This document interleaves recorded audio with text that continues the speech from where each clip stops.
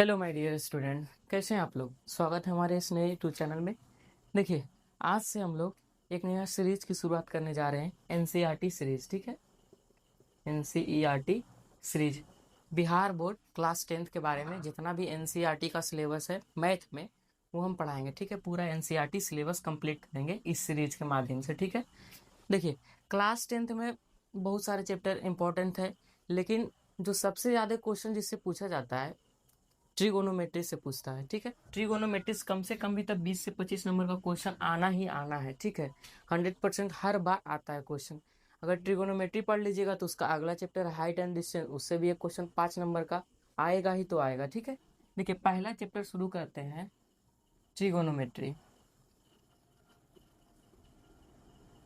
हिंदी में बोलते हैं त्रिकोणमिति।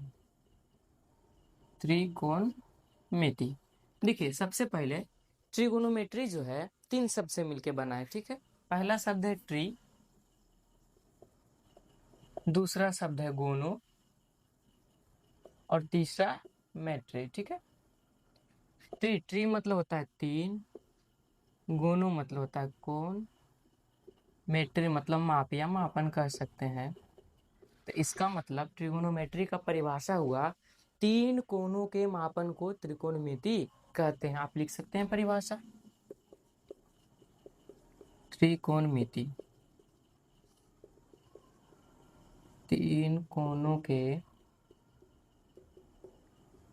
मापन को त्रिकोणमिति कहते हैं। ठीक है, लेकिन उससे पहले क्वेश्चन है आप लोगों से, त्रिकोणमिति बनाया किस लिए गया था, इसका जरूरत क्यों पड़ गया। ठीक है, तो इसका जवाब है त्रिकोणमिति बनाया क्यों गया, हाइट और डिस्टेंस निकालने के लिए। कैसे, देखिए समझाते हैं। मान लीजिए कि कोई मीनार है या पहाड़ है। ठीक है, घर है, ये नीचे तल है, ऊपर शिखर है। तल से मान लीजिए कोई इंसान 20 मीटर की दूरी पर यहाँ खड़ा है। ठीक है, 20 मीटर की दूरी पर खड़ा है, वो अपने आँख से मीनार के शिखर को देख रहा है। ठीक है, तो देखने पर पता चलता है उसकी आँख से 60 डिग्री का कोण बन रहा है। तो आप उसकी सहायता से मीनार की ऊंचाई निकाल सकते हैं कि मीनार की ऊंचाई कितना होगा। ठीक है, बाई चांस आपके पास अगर मीनार की ऊंचाई पता हो, आपको डिस्टेंस निकालना है कि डिस्टेंस कितना होगा, हम कितनी दूरी पर खड़े हैं, तो आप डिस्टेंस भी निकाल सकते हैं।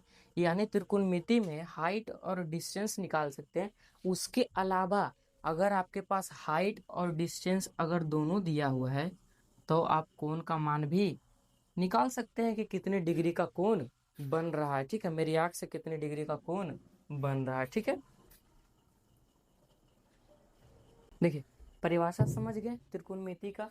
3 कोणों के मापन को त्रिकोणमिति कहते हैं। सिर्फ कोण ही नहीं मापते हैं, इसमें हाइट और डिस्टेंस भी नापते हैं, यानी उसको भुजा कह सकते हैं। देखिए, त्रिकोणमिति जब पढ़ते हैं तो त्रिकोणमिति में आपको त्रिभुज के बारे में पढ़ाना आता है। तो त्रिभुज का कुछ बेसिक होता है जो आपको पता होना चाहिए। अगर नहीं पता है तो हम बताते हैं क्या होता है। ठीक है, देखिए अंदर में इस तरह से जो रहता है उसको कोण बोलते हैं। क्या बोलते हैं? कोण। और जहाँ बिंदु दे रहे हैं उसको बोलते हैं शीर्ष, और जो ये है इसको बोलते हैं भुजा। तो कहने का मतलब हुआ त्रिकोणमिति में 3 शीर्ष होते हैं, 3 कोण होते हैं और 3 भुजा होते हैं। आप नाम से याद रख सकते हैं। देखिए इसे मान के चलते हैं, ए, कोण ए लिख सकते हैं, कोण बी लिख सकते हैं, कोण सी। ये 3 हो गए कोण। क्या हो गए? कोण हो गए। ठीक है, और फिर आप लिख सकते हैं शीर्ष के बारे में। देखिए ए हो गया शीर्ष, बी सी, ये सब क्या हो गया? शीर्ष, ए बी सी। भुजा लिख सकते हैं आप। भुजा क्या क्या है इसमें? पहला है ए बी, बी सी, ए सी। 3 भुजा हो गए, 3 कोण, 3 शीर्ष, 3 भुजा। अगर आपसे कोई पूछे त्रिकोणमिति में तीनों कोणों का योगफल कितना होता है, त्रिकोणमिति नहीं, त्रिभुज में, त्रिभुज में तीनों कोणों का योगफल होता है 180 डिग्री के बराबर। कितना होता है? 180 डिग्री के बराबर होता है। ठीक है,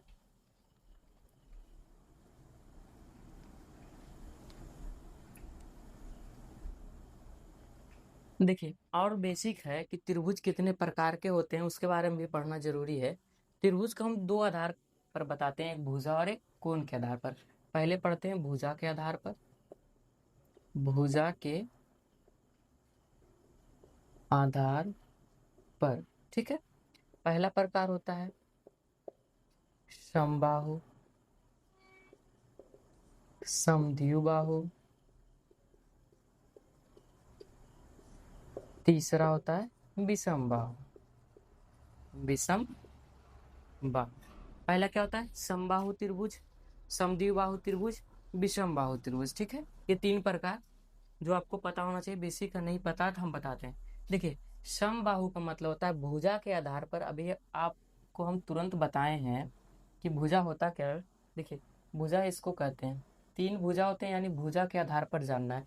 तो समबाहु यदि कोई त्रिभुज है ए बी सी, अगर उसका भुजा 5 सेंटीमीटर 5 सेंटीमीटर 5 सेंटीमीटर, अगर सब भुजा 5 5 सेंटीमीटर या कुछ भी हो यानी सब भुजा आपस में बराबर हो तो क्या होगा समबाहु त्रिभुज, समबाहु त्रिभुज होगा। ठीक है, अगला है समद्विबाहु त्रिभुज। इसका मतलब हो गया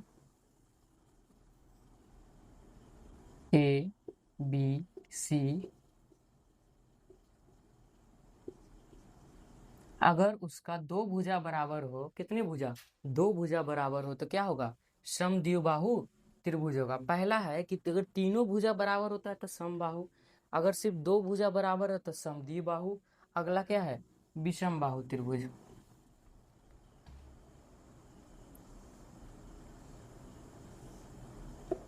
ए B C 5 centimetre 4 centimetre 6 centimetre, इसका देखिए कोई भी भुजा आपस में बराबर नहीं है तो ये कौन से में आएगा विषम बाहु त्रिभुज। किस में आएगा विषम बाहु, मतलब इसका कोई भी भुजा आपस में बराबर नहीं है। ठीक है, अब पढ़ते हैं कोण के आधार पर।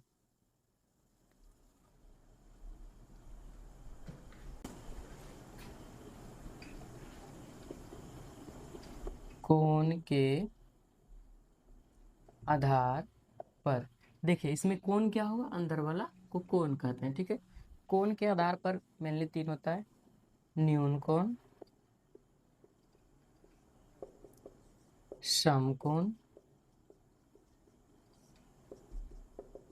और अधिक कोण। ठीक है, न्यून कोण 90 डिग्री से छोटा, समकोण 90 डिग्री के बराबर और अधिक कोण 90 डिग्री से बड़ा। देखिए कैसे, तो न्यून कोण कहने का मतलब होता है कि उसका जो तीनों कोण होता है 90 डिग्री से छोटा होना चाहिए। देखिए कैसे, यदि एक त्रिभुज है उसका कोण मान ले 60 डिग्री, यहाँ भी 60 डिग्री, यहाँ भी 60 डिग्री, इसका तो तीनों कोण क्या है 90 डिग्री से छोटा है, 90 डिग्री से छोटा। इसका मतलब क्या होगा, कौन सा त्रिभुज है न्यून कोण त्रिभुज में आएगा। कौन सा त्रिभुज न्यून कोण, क्योंकि इसका जो तीनों भुजा है 90 डिग्री से छोटा। अगला देखते हैं समकोण। तो समकोण का मतलब होता है कि एक कोण कम से कम 90 डिग्री के बराबर होना चाहिए, एक कोण 90 डिग्री के बराबर। अभी हम बताएं कि त्रिभुज के तीनों कोणों को योगफल 180 डिग्री होता है। जब एक कोण 90 डिग्री हो तो बाकी 90 बच गया, तो आप इसको 60 30 45 45 कुछ भी बांट सकते हैं। ठीक है, तो समकोण का मतलब होता है कि एक कोण 90 डिग्री का, एक कोण कम से कम एक कोण 90 डिग्री का होना चाहिए तो कौन सा त्रिभुज होगा समकोण त्रिभुज होगा। देखिए 90 डिग्री का होता है एक हॉरिजॉन्टल एक वर्टिकल लाइन जब मिलती है तो वहाँ जो कोण बनता है कितने डिग्री का 90 डिग्री का कोण बनता है, यानी एल की तरह दिखता है, वहाँ क्या बनता है 90 डिग्री का कोण बनता है। अगला है अधिक कोण। तो अधिक कोण कहने का मतलब हुआ कि एक कोण कम से कम 90 डिग्री से बड़ा होना चाहिए। मान लेते हैं 20 डिग्री है, 100 डिग्री है और ये 60। 60 20 80 100 180, तीनों कोण 180 डिग्री का। लेकिन देखिए एक कोण 90 से क्या है, 90 डिग्री से बड़ा है, तो इसका मतलब क्या होगा, ये अधिक कोण होगा। ठीक है, अधिक कोण। न्यून कोण का मतलब है कि सारे जो कोण होना चाहिए, 3 कोण होता है, तीनों 90 से छोटा होगा। सम कोण यानी एक कोण कम से कम 90 डिग्री का होना चाहिए। अधिक कोण यानी एक कोण 90 डिग्री से बड़ा होना चाहिए, कोण हो गया। ठीक है,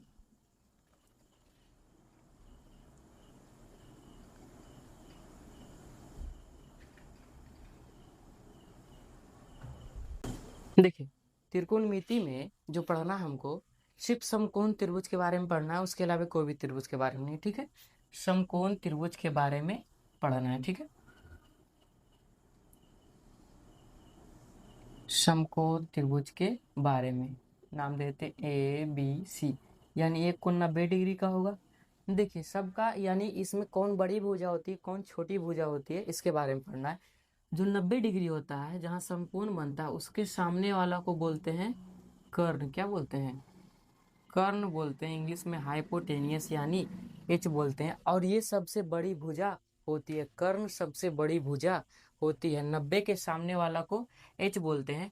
अब बाकी दो होता है, एक होता है लंब और दूसरा होता है आधार, जो कि कोण यानी थीटा कह सकते हैं। थीटा के हिसाब से डिसाइड होता है कि कौन लंब होगा, कौन आधार होगा। आपको देखने में लग रहा है कि जमीन के तल पे है तो ये आधार हो गया, और ये खड़ा है तो क्या हो गया, लंब। लेकिन इसी त्रिभुज को अगर हम उल्टा कर दें, इस तरह से कर दें, तो ये आधार हो जाएगा, ये क्या हो जाएगा, लंब हो जाएगा। तो इस वजह से थीटा के हिसाब से डिसाइड किया जाता है कि कौन सा आधार होगा।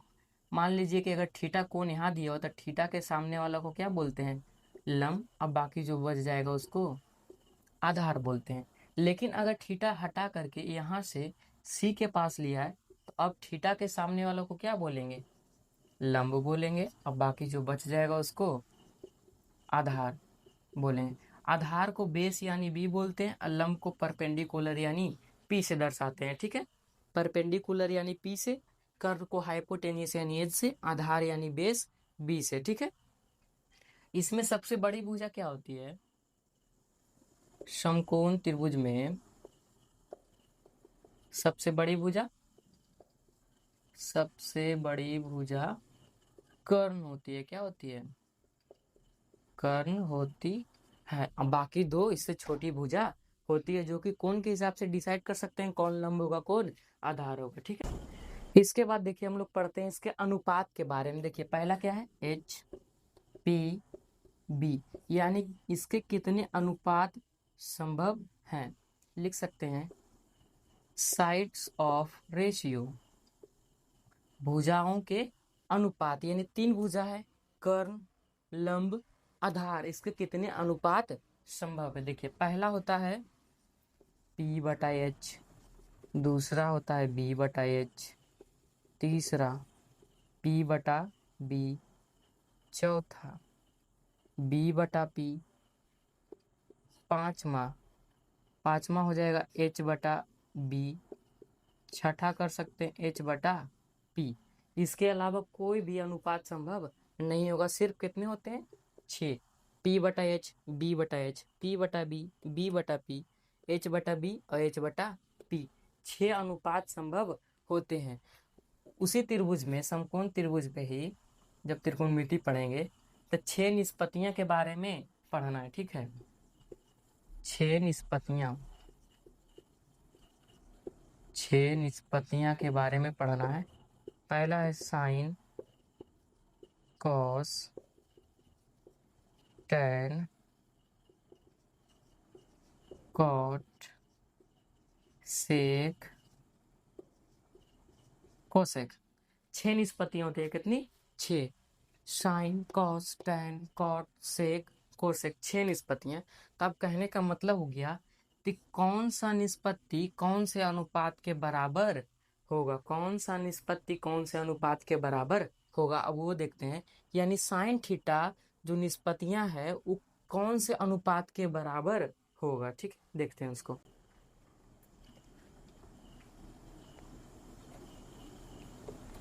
देखिए निष्पत्तियां के हिसाब से उसका अनुपात क्या होगा। तो पहला था साइन, जो कि होता है P बटा H के बराबर। P होता है क्या, लंब,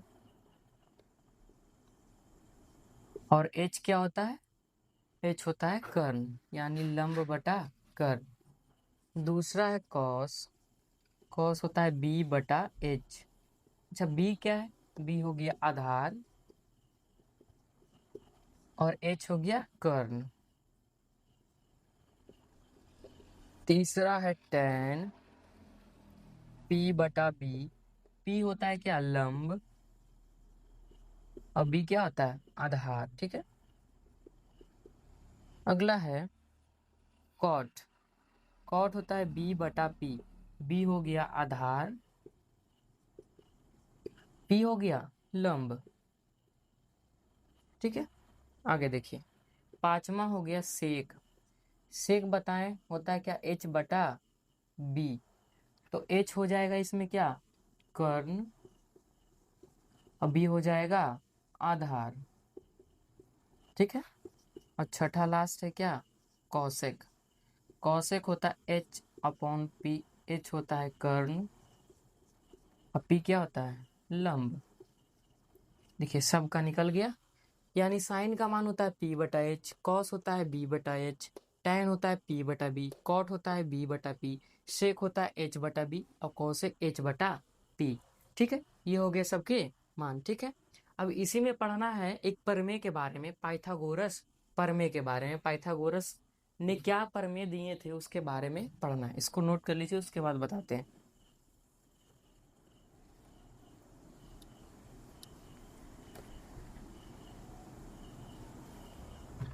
पाइथागोरस प्रमेय,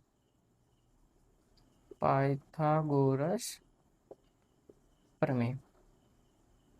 तो पाइथागोरस प्रमेय, पाइथागोरस किन्हीं व्यक्ति का नाम था, वो प्रमेय दिए थे। ठीक है, उन्हीं के नाम पे आया पाइथागोरस प्रमेय। तो पाइथागोरस कहे थे कि जब हम बड़ी भुजा कर्ण का स्क्वायर करेंगे, कर्ण का स्क्वायर करेंगे, और दो छोटी भुजा के स्क्वायर करके जोड़ेंगे तो अकेले बड़ी भुजा कर्ण के स्क्वायर के बराबर होगा। देखिए कैसे, यानी जब कर्ण का स्क्वायर करेंगे तो दो छोटी भुजा लंब और आधार होता है, क्या होता है, लंब का स्क्वायर और आधार के स्क्वायर के अकेले बराबर होगा। पाइथागोरस के अनुसार जब हम दो छोटी भुजा का स्क्वायर करके जोड़ेंगे, लंब का स्क्वायर आधार का स्क्वायर करके जोड़ेंगे, तो अकेले कर्ण के स्क्वायर के बराबर होगा। ठीक है। अच्छा, कर्ण को इंग्लिश में क्या बोलते लिखते हैं, एच, यानी एच के स्क्वायर बराबर होता है लंब, लंब क्या है, पी, पी का स्क्वायर, आधार क्या है, बी, बी का स्क्वायर।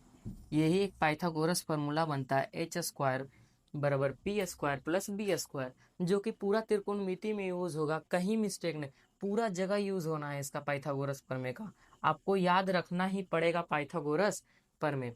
अच्छा देखिए, पाइथागोरस तो गलत भी तो बता सकते हैं, इसको प्रूफ करके देख सकते हैं। ठीक है, मान लीजिए कोई समकोण त्रिभुज है, ए बी सी, 4 3 5 सेंटीमीटर मान लेते हैं।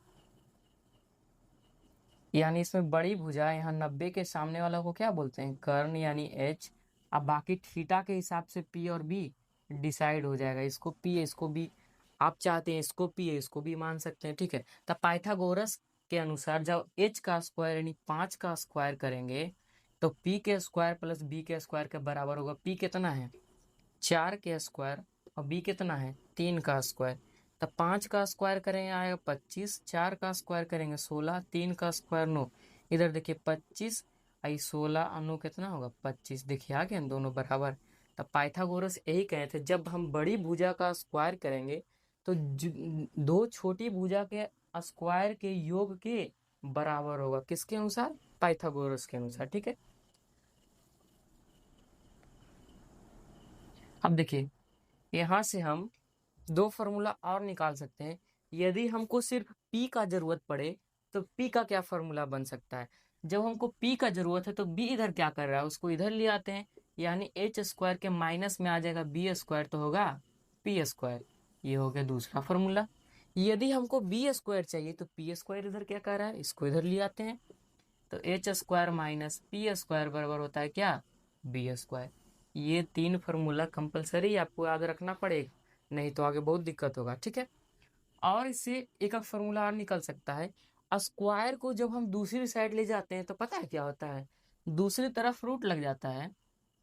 यानी देखिए एच स्क्वायर बराबर P square plus B square तो है, लेकिन जब इधर से स्क्वायर को हटाएंगे तो इधर क्या लग जाएगा, रूट। ये हो गया पहला फॉर्मूला। इधर इधर देखिए पी स्क्वायर बराबर क्या है, H square minus B square. जब इधर से स्क्वायर इधर ले आएंगे तो क्या हो जाएगा, रूट हो जाएगा।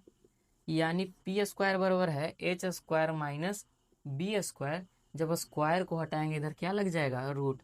ये हो गया दूसरा। सेम इसी तरह इधर है बी स्क्वायर बराबर H square minus P square. जब इधर से स्क्वायर हटाएंगे तो इधर क्या लग जाएगा, रूट लग जाएगा। ये है तीसरा फार्मूला। 3 और 3 6 फार्मूला हो गए जो कि आपको याद करना जरूरी है। पहला एच स्क्वायर बराबर P square plus B square. P square का फॉर्मूला होता है H square minus B square. B square का फॉर्मूला होता है H square minus P square.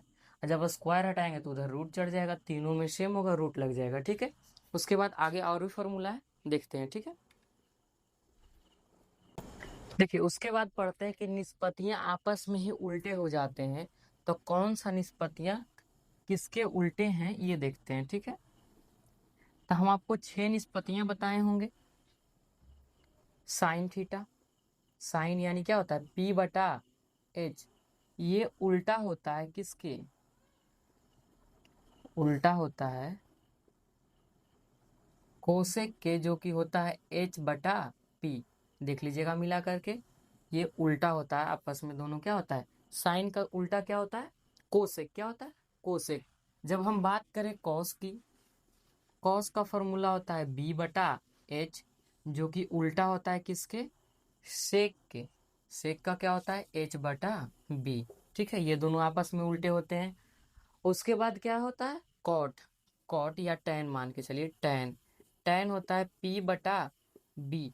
Tan उल्टा होता है किसके, कॉट का उल्टा है, इसका फॉर्मूला होता है बी बटा पी। हो गया 6 निष्पत्तियां, ठीक है। पहला होता है साइन, साइन का उल्टा कोसेक। फिर है कॉस, कॉस का उल्टा क्या होता है, सेक। उसके बाद है टैन, टैन का उल्टा क्या होता है, कॉट थीटा, ठीक है। उसके बाद सब के बारे में फॉर्मूला होता है जो कि पढ़ना है, ठीक है। इसको नोट कर लीजिए, नोट कर लिए। अब देखते हैं इसके बाद अगला फॉर्मूला।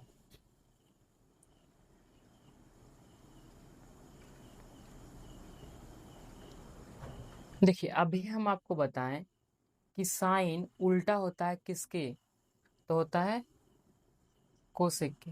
कुछ थीटा मान लेते हैं अपने से, कि कोई भी कोण नहीं तो क्या है, थीटा मान लिए। थीटा कुछ भी हो सकता है।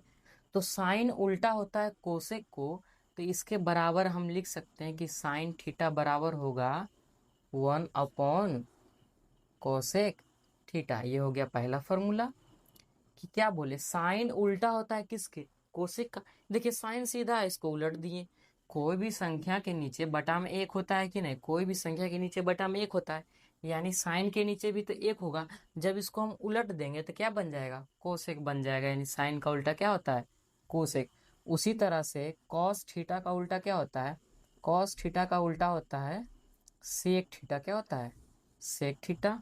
और टेन थीटा का उल्टा होता है कॉट थीटा। टेन थीटा का उल्टा क्या होता है, कॉट थीटा। साइन थीटा का उल्टा 1 अपॉन कोसेक कॉस का, 1 अपॉन सेक टेन का, 1 अपॉन कैट कॉट थीटा, ठीक है।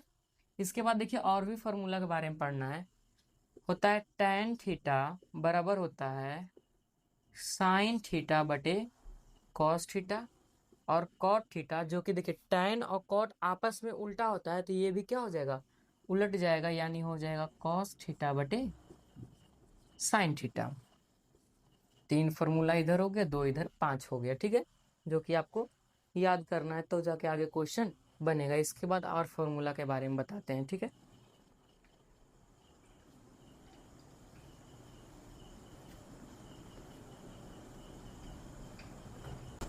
देखिए इसके बाद पढ़ेंगे हम लोग कि sine square theta plus cos square theta बराबर होता है किसके, एक के बराबर होता है।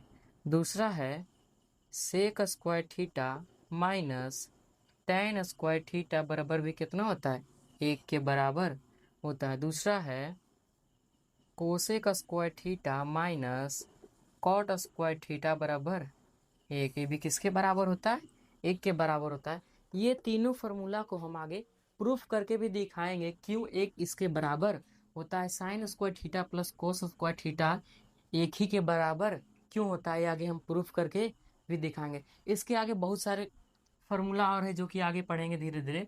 आज के लिए इतना ही, मिलते हैं अगले वीडियो में।